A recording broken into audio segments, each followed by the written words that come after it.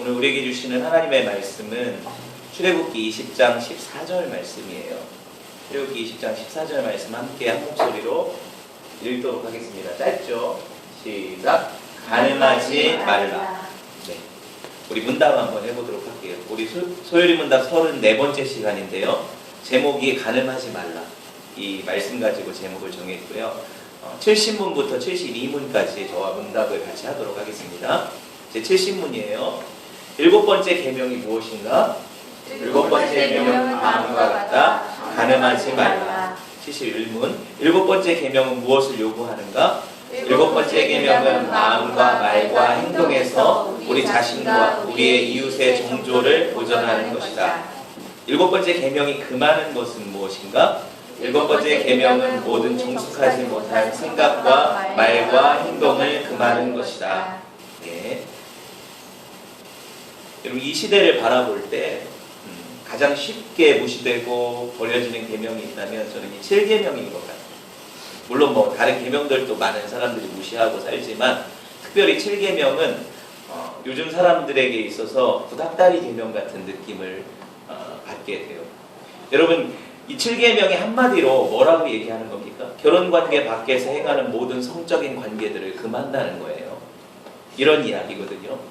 여러분, 이 시대의 성적 조류나 풍속에 상당히 역행하는 계명임이 분명하죠.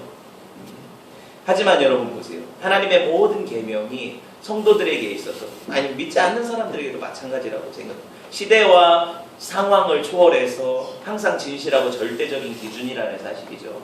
이건 분명해요. 성적인 욕구, 여러분 생각해 보세요.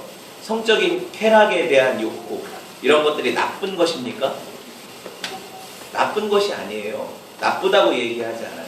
성경은 결코 이것이 나쁜 욕구라고 얘기하지 않아요. 식욕, 여러분 나쁜 거예요? 식욕이 있어야 밥 먹고 살죠, 그렇죠? 욕구 중에 하나일 거예요. 성욕도 마찬가지죠. 하나님께서 허락하신 건전한 욕구가 성욕이라는 거예요. 이 욕구가 없다면 이 자리에 저와 여러분도 없을 거예요. 예, 성욕을 통해서 종족을 번식하게 하고, 그렇죠? 인류가 보존되게 하셨죠. 저와 여러분이 있는 이유도 그거예요. 동물의 세계도 마찬가지죠. 하나님이 본성적으로 성욕을 주셨다는 거예요. 그래서 여러분 보세요. 심지어 창세기 인간의 창조시부터 하나님께서 하신 첫 번째 명령이 뭐예요? 생육하고 번성하라. 땅에 충만하라. 그렇죠? 생육 번성이 뭐예요? 성적인 어떤 관계를 통해서 종족과 자손들을 번성케 하라는 명령이거든요. 이거는 타락 이전에 받은 명령이라는 얘기죠. 타락 이전에 받은 명령이라는 얘기죠. 첫 인류 조상인 아담과 하와에게도 욕구가 있었는데, 타락 전에 어떤 욕구냐? 먹는 욕구도 있었지만 성적인 욕구도 분명히 존재했다는 거예요. 성욕은 타락 전에 들어온 것이니까 나쁜 것이 아니라는 얘기를 하는 거예요. 제가 이해되셨죠? 예. 따라서 성욕은 사람들에게 있어서 너무 자연스러운 욕구예요. 아담이 처음 창조되었을 때 배필이 있었습니까? 없었죠. 짝이 없었어요. 아담이 한 일이 뭐냐면 그 에덴 동산에 많은 동물들에게 이름을 지어줬거든요. 동물들이 이렇게 둘씩 나왔던 거예요. 아담이 볼 때 저것들은 다 짝이 있네. 암수 이렇게 쌍으로 나오니까 자기가 홀로 있는 것이 뭔가 좀 불완전하고 외로운 느낌을 받지 않았을까요? 이름 지어주면서, 그렇죠? 그때 하나님께서도 어떻게 생각을 하셨냐면 아담이 독처하는 것이 보기가 좋지 않다고 생각을 하셨어요. 그렇죠? 사람의 독처하는 것이 좋지 못하니 내가 그를 위하여 돕는 배필을 지으리라 하시니라. 창세기 2장에 나오는 말씀입니다. 홀로 외로이 남자가 지내면 어떻게 돼요? 쉰내나요. 힘들죠. 그런데 이 좋지 못한 어떤 모습을 통해서 하나님께서 결혼에 대한 욕구를 주시고 성욕을 주셨다는 거예요. 이에 하나님이 아담을 잠들게 하신 이후에 그의 갈비뼈를 취해서 아담의 갈비뼈를 통해서 누구를 만들었다? 하와를 만들었다고 성경이 이야기를 하고 있죠. 하나님 손에 이끌려 아담에게 온 여자 누구예요? 하와. 이 하와를 보고 아담이 멋지게 프로포즈하는 장면이 나오죠. 창세기 2장에. 이는 내 뼈 중에 뼈요 내 살 중에 살이다. 실제로 자기 갈비뼈에서 취해서 만들어진 여자니까 내 뼈 중에 뼈, 살 중에 살이 맞잖아요. 그렇죠? 이거를 현대적으로 말하면 넌 내 거야. 이런 의미잖아요. 그렇죠? 네.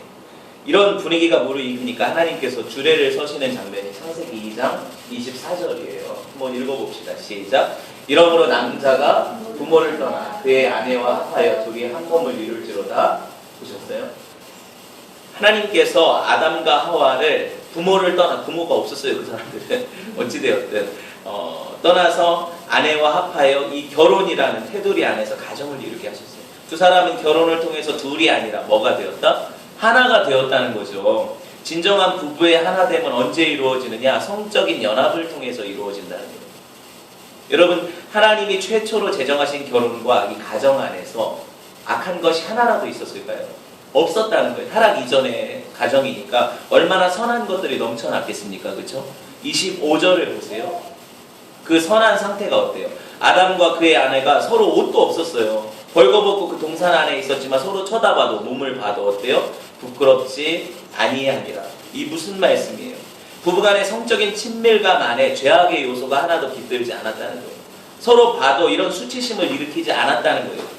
여러분, 그들이 선악과를 따먹고 범죄한 이후에 맨 처음 느낀 건 뭐예요? 서로 빨개 벗은 모습이 부끄럽고, 그렇죠? 불편하게 느껴졌다는 거예요. 수치심은 죄악의 결과죠. 그렇다면 여러분, 그 안에서 이런 어떤 성적인 수치심이 부부관계 안에서 일어나는 것은 타락의 영향이다.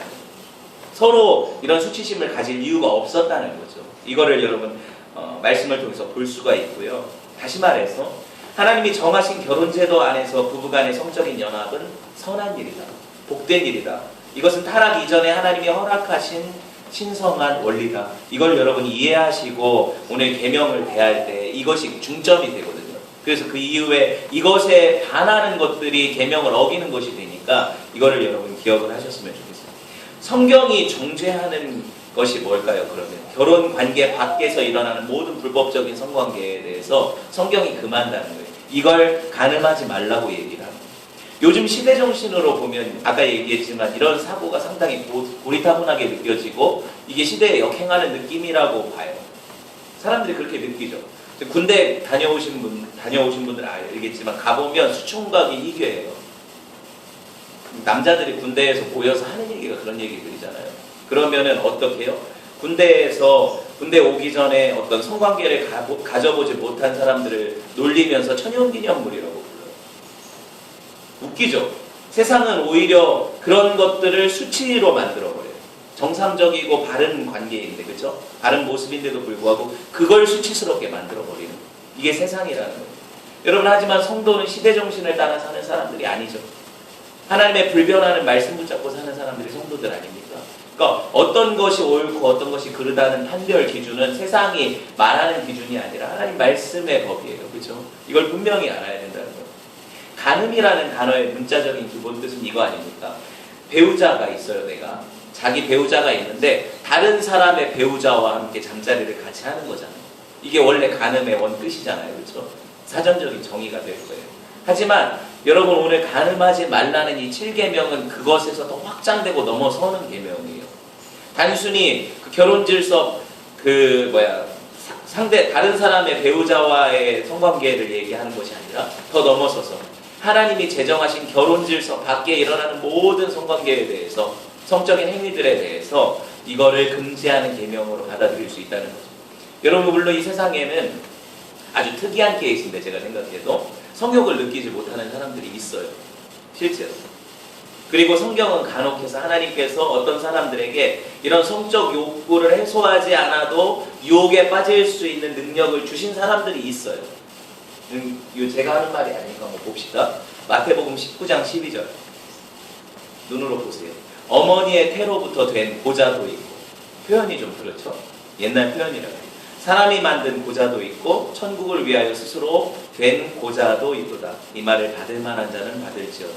생내적으로 태어날 때부터 성적 기능과 욕구가 없는 사람이 있다는 거죠. 고자라는 게 그런 의미예요. 또 어떤 사람들은요, 원래 그런 욕구가 있는 사람들이었는데 내가 하나님과 천국을 위해 스스로 성적인 기능을 절제하고 없애버린 사람들이 있다는 거예요. 대단하죠.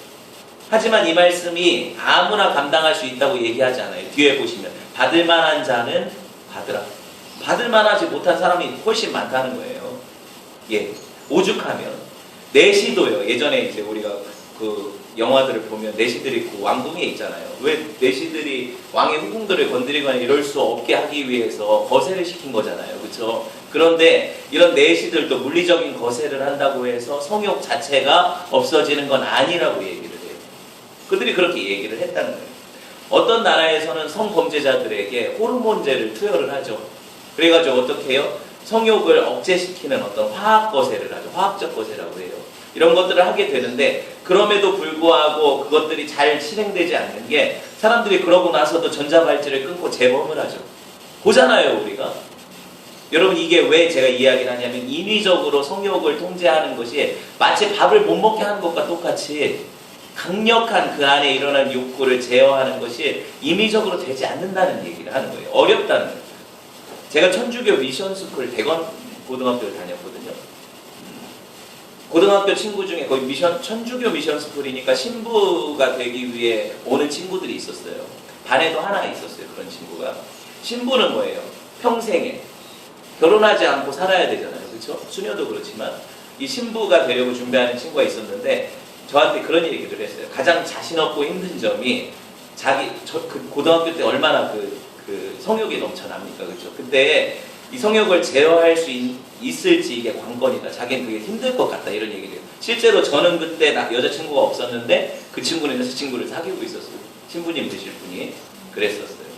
그 친구의 말에 의하면 그런 부분들이 사실 자기 힘으로 참아낼 수 있는 것이 아니라는 것을 인정을 하더라고요. 맞는 거죠. 정직한 거죠. 그렇죠? 제가 그 고등학교 때 그 미션스쿨에서 늘 보아왔던 신부님들, 그 교목 신부님들 이런 분들은 늘 술, 담배 쩔어 있었어요. 저는 이해가 돼요. 왜냐하면 그게 사람이 버틸 수 없는 어떤 욕구들이 있는데 이런 것들을 분출할 것이 필요하다는 거죠. 그렇죠? 이런 것들을 이해할 수밖에 없다는 거예요. 중세 수도원이랑 카톨릭 교회 안에서 고아원이 먼저 생겼죠. 제일 먼저 생긴 게 고아원이에요. 왜 그래요? 그게 일부러 사람들이 신부나 수녀들이 이거를 정절을 지킨다고 해도 사람이 참을 수 없는 한계가 있다는 거죠. 어떻게 되었어요? 아이러니하게도 그 신부나 수녀들의 자녀들을 키울 데가 없으니까 고아원이 생긴 거예요. 그 안에서. 뭐 이런 것들은 뭐 얘기하자면 너무 많죠. 얼마 전에 이슈가 되었던 그 고위 그 승려들, 중들도 결혼을 안 하잖아요. 근데 뭐 물론 하는 중들도 있지만 그 승려들이 단란주점이나 이런 데서 파티를 열고 하는 것들을 보게 되죠. 뉴스에서 나오고. 제가 지금 타종교를 욕하거나 비웃으려고 하는 게 아니에요. 공평하게 하기 위해서 개신교 얘기를 할게요. 우리 기독교 얘기를 할게요. 기독교 안에 많은 목회자들과 명망 있는 지도자들이 왜 자꾸 넘어집니까? 성적 범죄를 통해서 넘어지잖아요. 자기가 그 가르치는 제자와 관계를 맺거나, 그렇죠? 아니면 성도와 그런 어떤 간음을 해서 넘어지거나 이런 일들이 비일비재하다는 거예요. 이거는 뭐 종교나 어떤 사상, 어떤 것들을 막론하고 왜 이게 이런 일이 일어날까 생각해 보니까 이거는 사람 자체가 스스로 참아서 되어지는 욕구가 아니라는 거예요. 이 부분을 여러분이 간과를 해서는 안 된다는 거죠. 뭐 이런 일들이 이슈로 오르내리니까 사실 저도 어디 가서 목사라고 얘기하는 게 부끄러워요. 어렵죠. 하지만 여기서 알 수 있는 것, 제가 얘기하려는 이유는 이거예요. 성욕이라는 것이 사람이 내가 참아야지 하고 바늘로 콕콕 찌른다고 해서 그 결단만으로 참아지는 것이 아니다. 그렇죠? 그리고 이런 것들을 통제하는 어떤 그런 것이 우리 안에 없다는 거예요. 그거 가능하지 않아요. 그러면 뭐예요? 왜 이런 얘기를 하느냐? 그럼에도 불구하고 하나님을 신실하게 섬겼던 우리 믿음의 선배들 가운데 이런 은혜를 받았던 사람들이 있다는 거죠. 실제로. 뭐 어떤 은혜냐? 천국을 위해서 스스로 성적인 욕구를 절제하려고 결단했을 때 하나님께서 이것을 가능하도록 은혜를 주시고 힘을 부어주셨다는 거예요. 그런 사람들의 예가 누굽니까? 성경에? 사도 바울 같은 사람이죠. 사도 바울이 뭐라고 얘기를 해요? 내가 저 베드로처럼 아내를 데리고 다니는 권리가 없냐? 근데 내가 주를 증거하기 위해서 그 모든 것들을 포기했다는 거예요. 그런데 그 능력은 하나님이 주셨다는 거예요. 놀라운 은혜죠.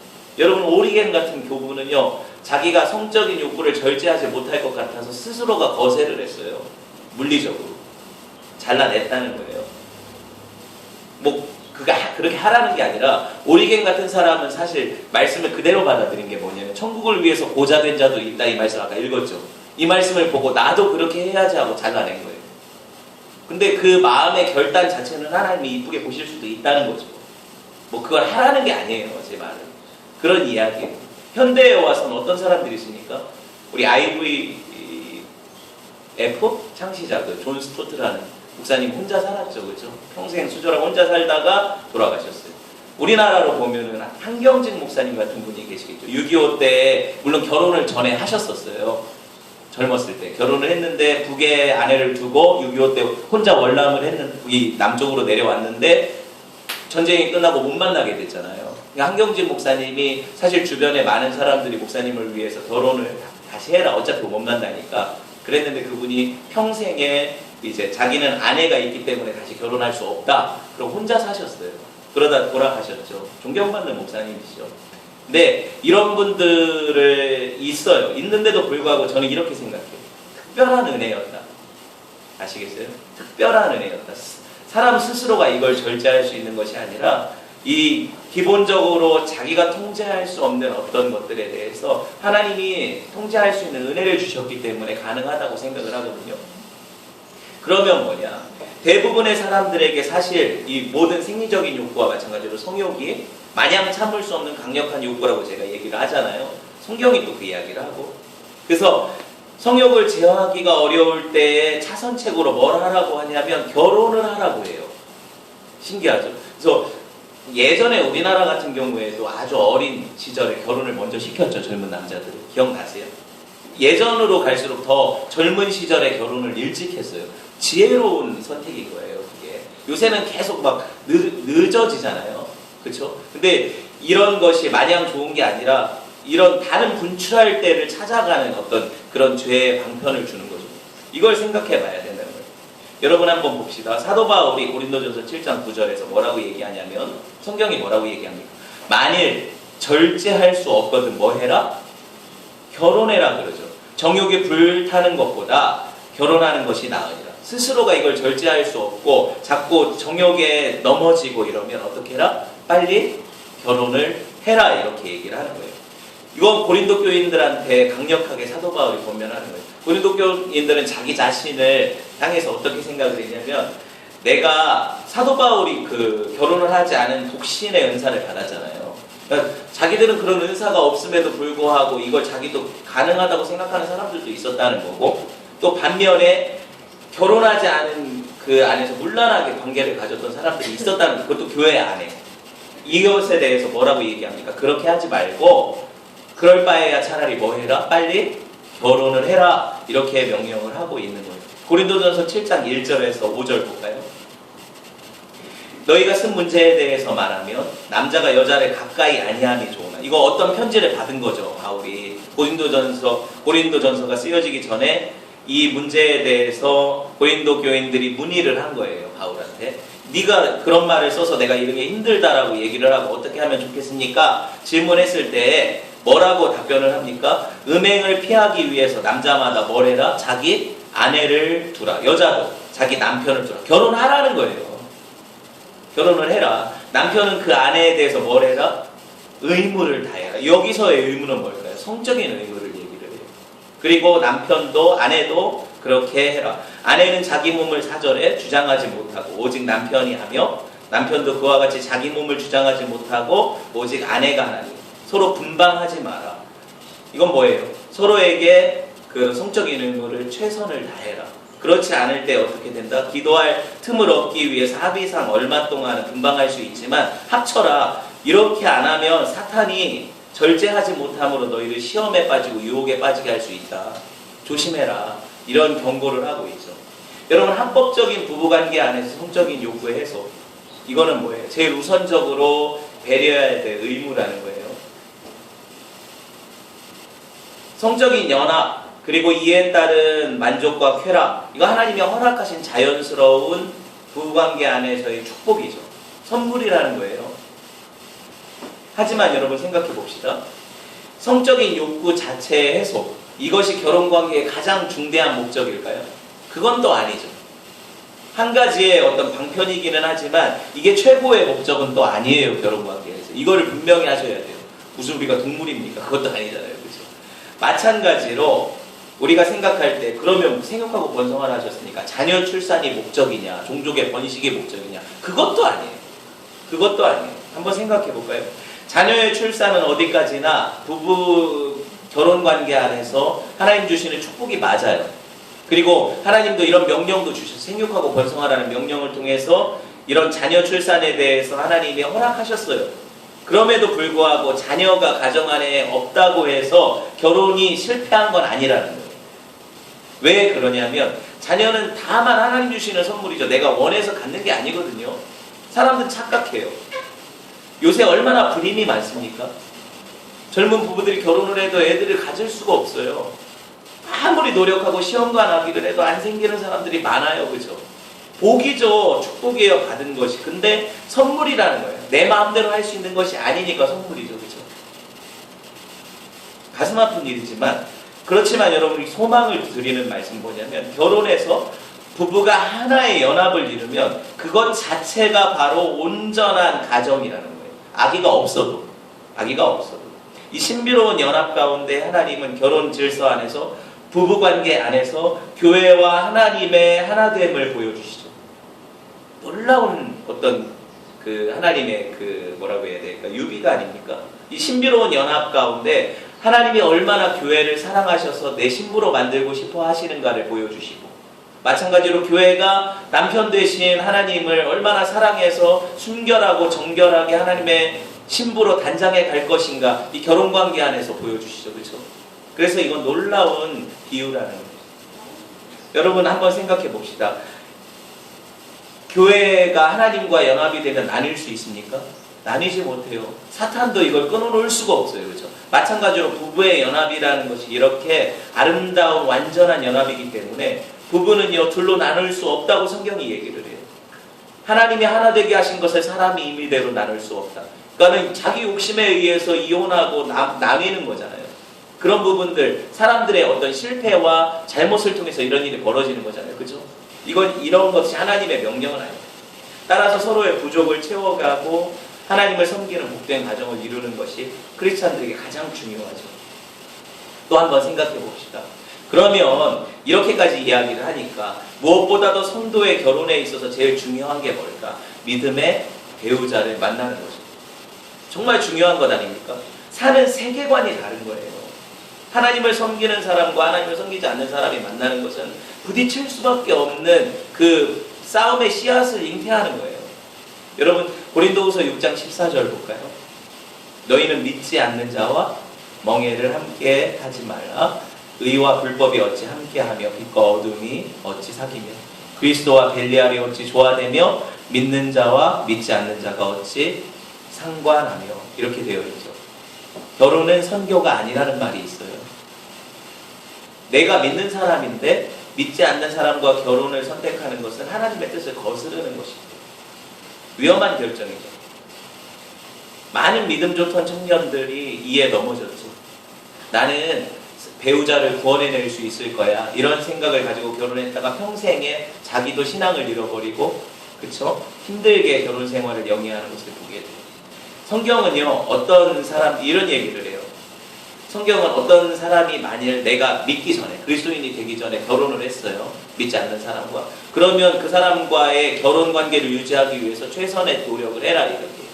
뭐 이혼하라고 하지 않아요. 믿지 않는 남편이고 내가 지금 믿어도 그 남편을 구원하기 위해서 내가 최선을 다하라고 노력하죠. 그렇게 얘기를 하죠.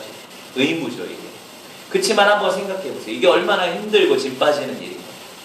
내가 미리 믿었다면, 내가 성도라면 차라리 믿음 안에서 결혼하는 것이 훨씬 더, 그렇죠, 바람직한 일이라는 것을 성경이 얘기를 하고 있죠. 그러니까 성도들이 결혼할 때 뭐 저 사람이 스펙이 어떠냐, 돈이 얼마나 많냐, 집이 얼마나 높냐, 이게 우선적인 조건이 아니라는 거예요. 최우선의 조건은 뭐예요? 저 사람이 신실한 하나님을 믿는 신앙의 사람입니다. 이게 첫 번째. 그 이후에 다른 것들은 조건을 뭐 보지 말라 얘기하는 게 아니죠. 첫 번째가 그거라는 거예요. 이 첫 번째가 이루어지지 않으면 두 번째, 세 번째는 짐이 돼요. 유혹이 된다는 얘기예요.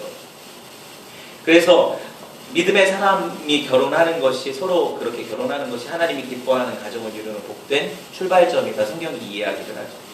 하나님이 금하시는 오늘 간음의 행위들, 성적인 범죄들이 뭐가 있냐? 제가 몇 가지만 좀 여러분과 나누려고 해요. 성경에 보면 특별히 음행의 죄에 대해서 하나님이 많은 얘기를 하시죠. 성경에 나타난 음행의 죄, 여러분 몇 가지만 살펴볼게요. 첫 번째가 미혼 남녀 간의 성관계, 결혼하지 않은 남녀 간의 성관계예요. 신명기 22장 28절에서 29절을 봅시다.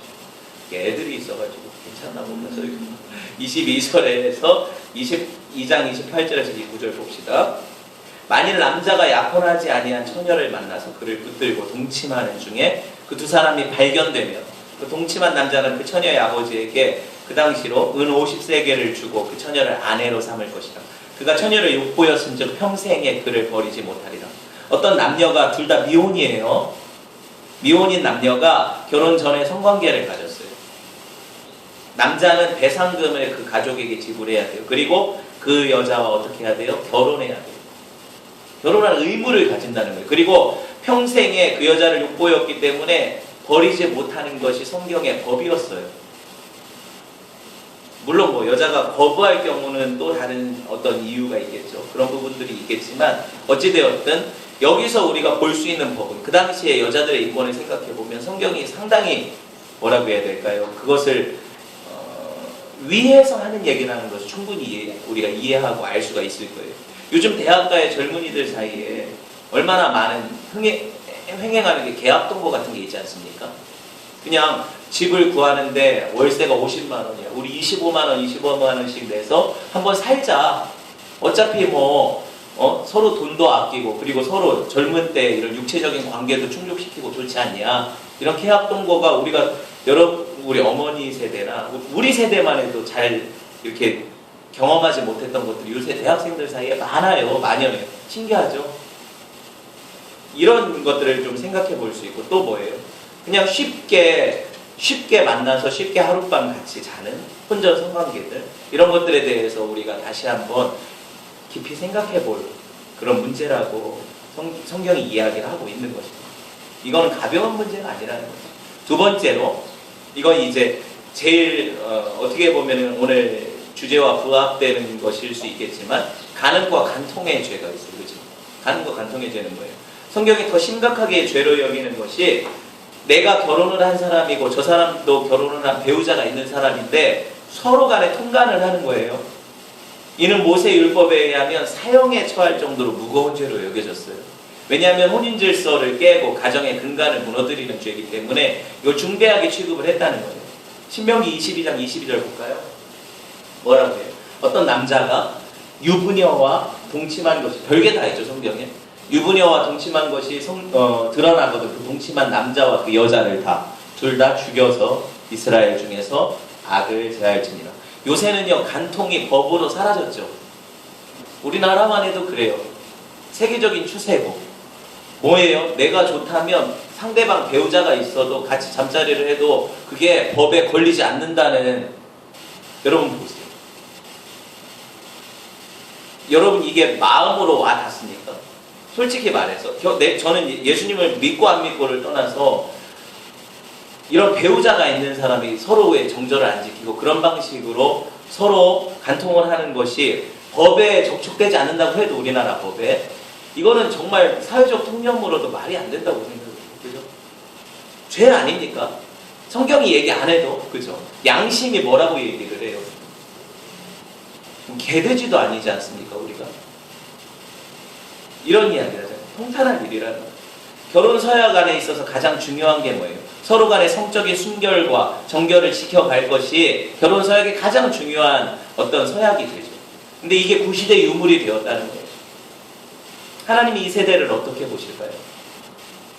여러분 어떤 것이 옳을까요? 요새는 부인 외에 여자친구 하나씩은 있어야 됩니까? 사람들이 흔히 하는 말이죠. 미친 짓이야. 간음죄 중에 성경이 금하는 것이 또 있는데요. 뭐냐면 근친상간. 이거는 성경에 막 구절들이 여러 구절이 있는데 나 뜨거워서 여기서 읽고 싶지도 않아요. 그냥 넘어가려고 해요. 친족 간의 불법적인 성관계. 이거는 뭐 얘기할 이유가 없죠. 그렇죠?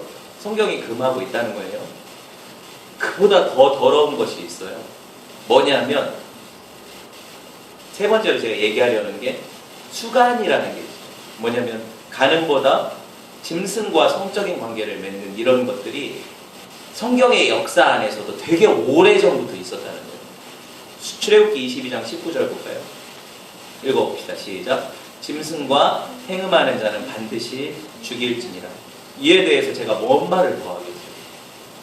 짐승과 한 몸이 되는 것은 사람 스스로가 나는 짐승이라고 인정하는 것과 마찬가지 아닙니까? 하나님의 형상대로 지음받은 사람이 얼마나 타락하고 떨어졌으면 짐승에게 성욕을 느끼고 거기서 분출을 합니까? 그렇죠? 이렇게 더럽고 악한 행위를 통해서 자기를 더럽히는데 더 이상 무슨 말을 하겠어요? 더 나아가서 동성애가 있어요. 요새는 동성애에 대해서 사람들이 너무 관대하죠.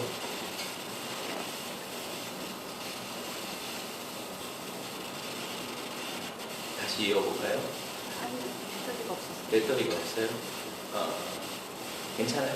뭐 어떻게 할 수 없으면 다른 폰으로 한번 찍어볼까요? SSD 이어서 찍어서요? 동성애, 창조 질서와 하나님의 법을 역행하는 심각한 죄가 돼요. 그럼에도 불구하고 근래에 동성애가 죄로 여겨지지 않잖아요. 커밍아웃이 막 일어나고, 사실 이제 커밍아웃의 시대가 지나서 소수인권이라는 미명하에 휴머니즘이죠. 이 비호하에 우리 삶 가까이 침투해 오고 있어요. 이제는 합법적으로 결혼으로 인정해줘라 동성 커플을, 이런 요구들이 법제화되려는 시도들이 일어나고 있죠. 성경은 동성애에 대해서 뭐라고 말합니까? 레위기 18장 22절 볼까요? 읽어봅시다. 너는 여자와 동침함 같이 남자와 동침하지 말라. 이는 가증한 일이니라. 로마서 1장 26절 28절 신약이에요. 이 때문에 하나님께서 그들을 부끄러운 욕심에 내버려 두셨나니 곧 그들의 여자들도 순리대로 쓸 것을 바꾸어 영리로 쓰며 여자들끼리 같이 잠자리를 한다는 거예요. 27절에 그와 같이 남자들도 순리대로 여자 쓰기를 버리고 서로를 향하여 음욕이 불릴 듯하며 남자와 더불어 부끄러운 일을 행하여 그들의 그릇 때문에 상당한 보응을 그들 자신이 받았느니라. 또한 그들이 마음에 하나님 두기를 싫어하며 하나님께서 그들을 그 상실한 마음대로 내버려 두사 합당하지 못한 일을 하게 하셨으니. 보셨습니까? 동성애 문제에 대해서는 사실 더 깊이 얘기를 해야 돼요. 오늘 이걸 얘기할 시간이 없어요. 그냥 이 부분을 이 정도로만 짚고 넘어갈 건데, 다만 여기서 동성애 행위 자체에 대해서 제가 설명을 해드리면, 하나님이 분명히 금하신 죄예요. 동성애 행위는 남자 여자가 그렇게 서로 다 같은 성끼리 이렇게 성관계를 맺는 것은, 이것을 행하는 자들은 자기들이 이미 그 그릇된 행위 때문에 자기한테 상당한 보험을 받고 있다고 성경이 얘기를 하고 있어요. 동성애 행위의 근간이 뭡니까? 사람들이 왜 이것을 마음껏 합니까?